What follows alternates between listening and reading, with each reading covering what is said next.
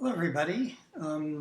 As part of our sort of finance series of podcasts here, I thought I would do a podcast on a financial instrument that a lot of people have questions about, particularly people my age, and that's what's called a reverse mortgage. um, so, unlike some of the other financial podcasts I've done where I talk about just pure rip-off things like payday loans or timeshares.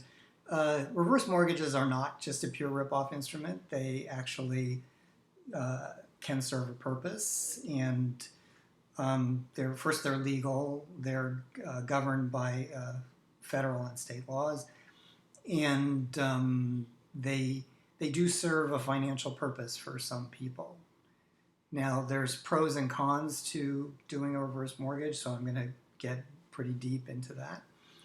Um, and depending on your personal situation, this may help you out or it may be bad for you. Um, so let's talk about what reverse mortgages are, how they're different from like regular home equity loans. Essentially, a reverse mortgage is a type of home equity loan, but it's a very special type. Um, and so we'll talk about what makes it different and what makes it attractive to a lot of seniors, particularly seniors who are struggling a bit financially. So, what is a reverse mortgage? Well, in the simplest terms I can put it to you, it's a home equity loan that you don't have to pay back in your lifetime. Now, eventually it does have to be paid back, but not necessarily by you. So because it's a home equity loan, the person who takes out the reverse mortgage, has to own a home. They have to be 62 years or older, so it's only really for seniors. But you have to own a home. It has to be a home you live in. You can't take out a reverse mortgage on second homes or vacation homes or anything like that. It has to be your primary residence. And you have to have either completely paid off the mortgage or mostly paid off the mortgage on this home. So the reverse mortgage is essentially a way of tapping out all that equity that you've built up. So, all the value that's yours in the home.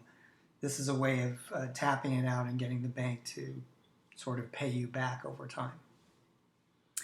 The total amount you can get from a reverse mortgage, is variable, depends on a number of factors, like, how much equity is in the home, whether there's still a mortgage on it, how much it's worth, how old you are when you take out the reverse mortgage. So there's a lot of factors, but typically the amount you can get out is about 60% of your actual home equity. Not 60% of the total value of the house necessarily, but 60% of the equity that you have in the house. You can take out a reverse mortgage if you still have a mortgage. That is, if you still owe some money on the house.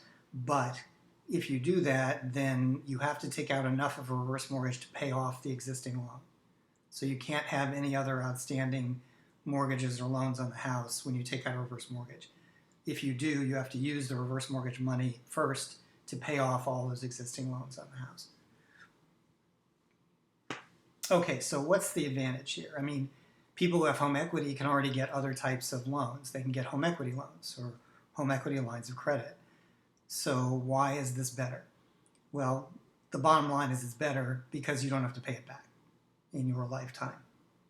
Now, if you don't pay it back in your lifetime, then your heirs, whoever inherits your home, will have to pay it back. So essentially, it's a loan where the loan doesn't come due and payments don't have to be made until one of three things happens. Either the owner of the home dies, or the owner of the home decides to move out of the home, or the owner of the home sells the home. So at the point at which the home is sold, at the point at which the owner moves out, at the point at which the owner dies, that's when the loan is due.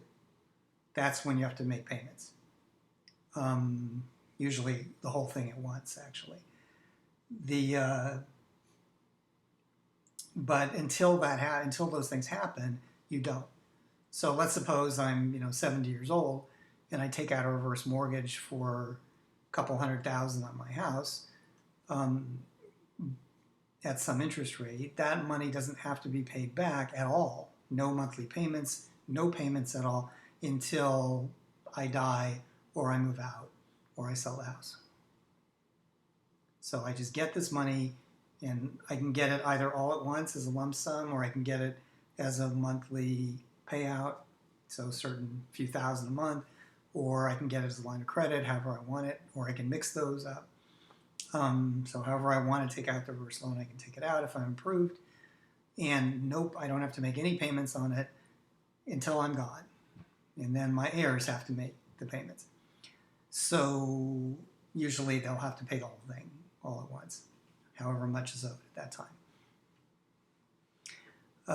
But that's nice because I get an income or extra money and I don't have to pay it back. And I don't have to worry about paying it back as long as I stay in my house and I'm alive. So, for me, from the borrower's perspective, it's just money that's just going to be coming in with nothing going out. That's different from a regular home equity loan. Regular home equity loans, you got to pay back, right? You probably, you might have a little bit of a period after you take out the loan before you start paying it back, but pretty quickly you're going to have to start paying it back. So it doesn't feel like free money. But this feels like free money because you take out the loan, you don't have to pay it back. But somebody does. So it's not like it isn't really free money. So you may not pay it back, but your heirs will. They'll have to. Okay, so what are the positives and negatives? Well, the positives are the borrower gets money, potentially for the rest of their lives. And they don't have to pay it back, potentially for the rest of their lives.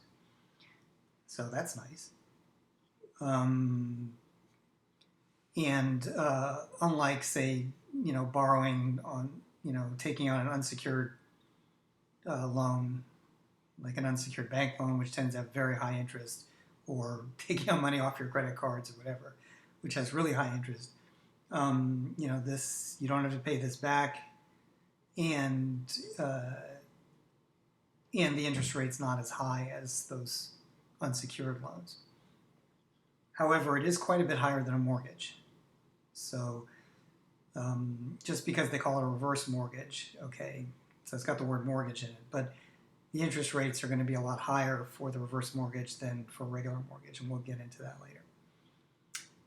Again, the loan doesn't need to be repaid during the lifetime of the borrower, as long as the borrower continues to live in the house, and as long as they pay pay basic maintenance on the house, which means they keep up with their home insurance, their property taxes, their loan insurance. So as long as they make those payments, which you do still have to continue to make even after you've taken out the reverse mortgage, you still have to pay your homeowner's insurance, you still have to pay your property taxes, you still have to pay loan insurance on the loan. But as long as you stay current with all that, you don't have to pay back the reverse mortgage. Another nice thing about reverse mortgages is they come with some equity protection, which is nice. So, for example, it is possible for a reverse mortgage to balloon to the point where you actually owe the bank more for the reverse mortgage than the home is worth, than you can sell it for. So are you then underwater on this loan? And the answer is no. Reverse mortgages have a valuation protection, which you actually pay for in the form of insurance. But what that means is, let's suppose I owe, at the time I die, $200,000 is owed. I owe $200,000 on the reverse mortgage, but I can only sell my home for $150,000, or my heirs can only sell my home for $150,000. Does that mean that they're personally on the hook for that extra $50,000? And the answer is no. The maximum the bank can collect when you do have to pay off the reverse mortgage is the total sale price of the home. That's the maximum the bank can collect from you or from your heirs.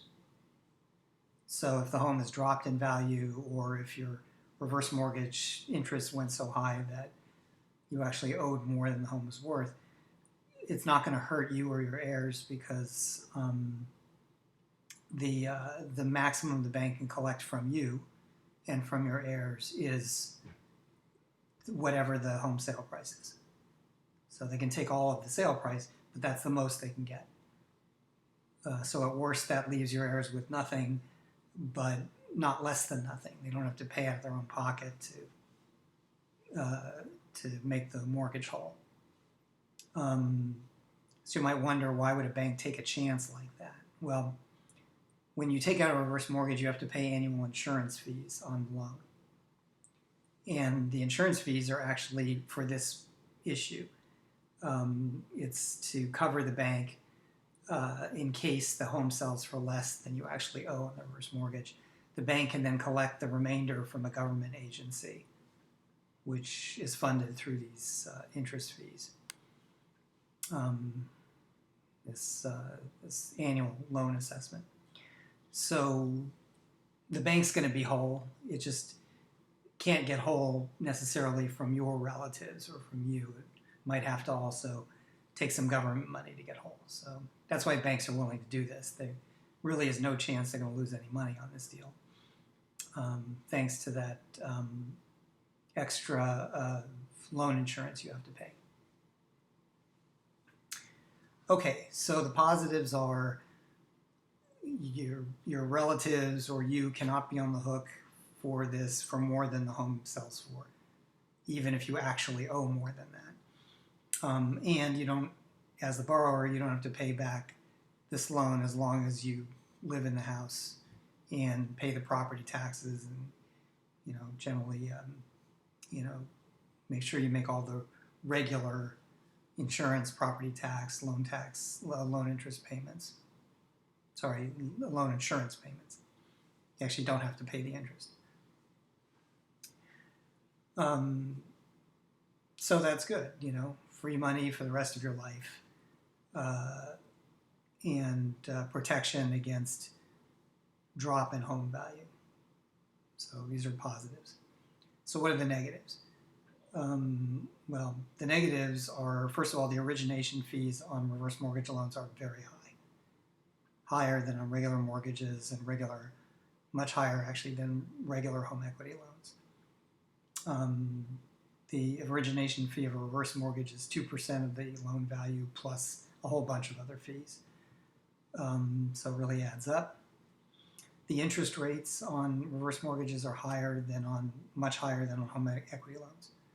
Like a home equity loan right now, I think the interest rate's probably around 4%, 4.5%, but the interest rate on a reverse mortgage right now is like 7.5% to 8%. So that's still a lot less than a personal loan or an unsecured loan, but a lot more than a regular home equity loan. Also, you've got to pay that valuation protection insurance every year, which is about 0.5% of the outstanding loan balance.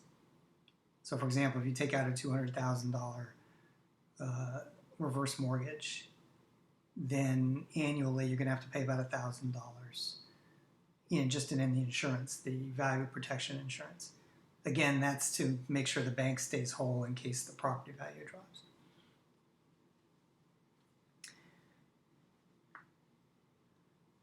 Okay, so if you choose to pay nothing, let's suppose I want to take my home equity loan as a monthly payout, $1,000 a month for probably the rest of my life.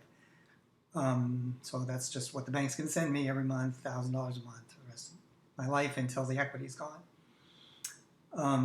Now, if I make no payments, you can choose to make payments on a reverse mortgage when you're alive, but most people choose not to. So if you make no payments and there's like an 8% interest rate, that means that every 10 years or so, the amount you owe the bank doubles. So if you take out a reverse mortgage and the bank's paying you off monthly for 10 years, and you took out the reverse mortgage for $200,000, in 10 years, you or your heirs actually owe $400,000. on that loan. That's just the accumulated unpaid interest. Because every month, the amount you don't pay and the interest you don't pay accumulates into the loan value. And as I mentioned earlier, when you take out a reverse mortgage, you can't have any other mortgages or loans on that property.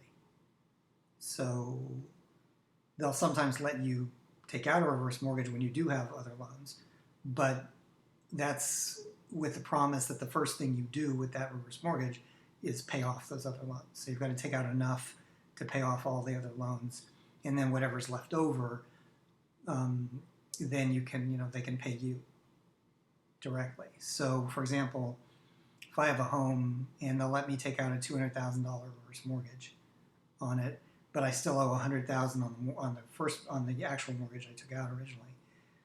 So I can take that $100,000. I take $100,000 from the reverse mortgage and pay off that the original mortgage, and then I'd have $100,000, which the bank could give me as a lump sum, or it could give me as like a monthly payout of $1,000 a month for the next 8 years or whatever.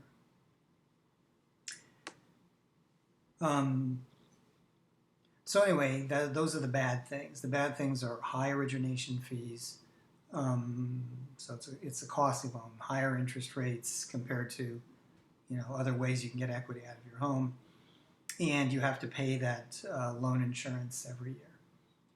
So there's it's a costly loan. It's not a cheap loan, but it's a lot cheaper than if you're trying to take out a loan on your credit cards or an unsecured personal loan. So it's a lot cheaper than that, but still, it's as home loans go, it's really expensive. So why do people do this?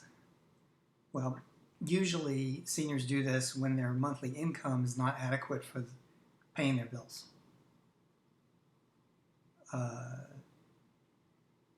Right? Let's suppose that I'm a senior now, I'm retired, I'm living on Social Security, I'm getting $1,700 a month or $1,800 a month, whatever, from Social Security, but that just isn't, that's all I'm getting really, and that's not enough to pay my bills. So I take out a reverse mortgage on my home, and suddenly I have an extra $1,000 or $2,000 a month coming in from the reverse mortgage, and that might go on for 10 years or even longer. So now instead of living on $1,800 a month, I'm living on $2,800 a month or $3,500 a month or whatever, which is much more manageable for me. So typically reverse mortgages are taken out by seniors whose incomes are just inadequate, but they're sitting on a property that they have a fair amount of equity in. So rather than just sell the property, I mean, there are alternatives to this. You could, for example, just sell your property, and move into someplace a lot cheaper, like a little studio apartment or whatever, and use the money from your property sale to finance your life. There may be situations, by the way, where that's actually the smarter thing to do financially. But a lot of people are very attached to their homes. They don't want to have to move out, particularly, as they're seniors. And moving is difficult for them. So, this is an option that a fair number of people take, and to just use their home equity to supplement their income for the, most of the balance of their lives, and really improve their month-to-month financial situation and their ability to pay their bills. So, I can't say this is a good thing or a bad thing. I think for some people it would be a mistake to do this financially. For others, it might be, pretty much the only way to go. So this isn't one of those financial instruments like some of the others I've talked about, which are just all bad. This one is, in certain situations can be good, particularly if you can swallow these high fees and interest rates. I know my uncle took out a reverse mortgage on his home, and because the Social Security income of he and his wife were just not adequate to them getting by and really being able to pay their bills and keep the lights on. But they had a lot of equity in their home, they had mostly paid off the mortgage, and the home had appreciated in value quite a bit. So they were able to get out a good, healthy amount of money on a reverse mortgage, which has been carrying them through for years, for the last 5 years now, and making their lives much easier. So now, of course, it's unfortunate for their heirs. One thing you need to think about here is, although you may never have to pay this loan back if you take it out, your heirs will. And what it probably means in most cases is your heirs are not, even if you leave your house to your heirs, like your children, for example, they're not going to be able to ever live in it. They'll have to sell it in order to pay off the reverse mortgage, because the entire mortgage amount will come due as soon as you die. And the entire amount may be quite substantial. So the only way they may be able to cover it is by just selling the house. So that's typical. I mean, another downside, and I probably should have put this under negatives of reverse mortgages, is, they almost guarantee that your heirs will never get to live in your house, because they're almost certainly going to need to sell it to cover the costs, to pay back the loan. Okay, so that's pretty much it for reverse mortgages. I hope I've at least made the pros and cons of it clear, and basically what it is. Home equity loan that you don't have to pay back in your lifetime. Whether you do it or not, I would recommend talking to a financial advisor if you're considering it. They actually make you take a class if you're considering a reverse mortgage. Before they'll let you sign on the dotted line, you have to take a class which goes over a lot of this stuff to make sure that you understand exactly what you're doing here. So this is an above board thing. It's not a rip off or a fly by night. It's this is a real legal above board type of loan, but it's definitely not for everybody. And so you should really consider pros and cons carefully before you do it, if you're considering doing it. But in some cases, it's definitely worth doing. Okay, so hopefully that was informative, and I'll see you next time.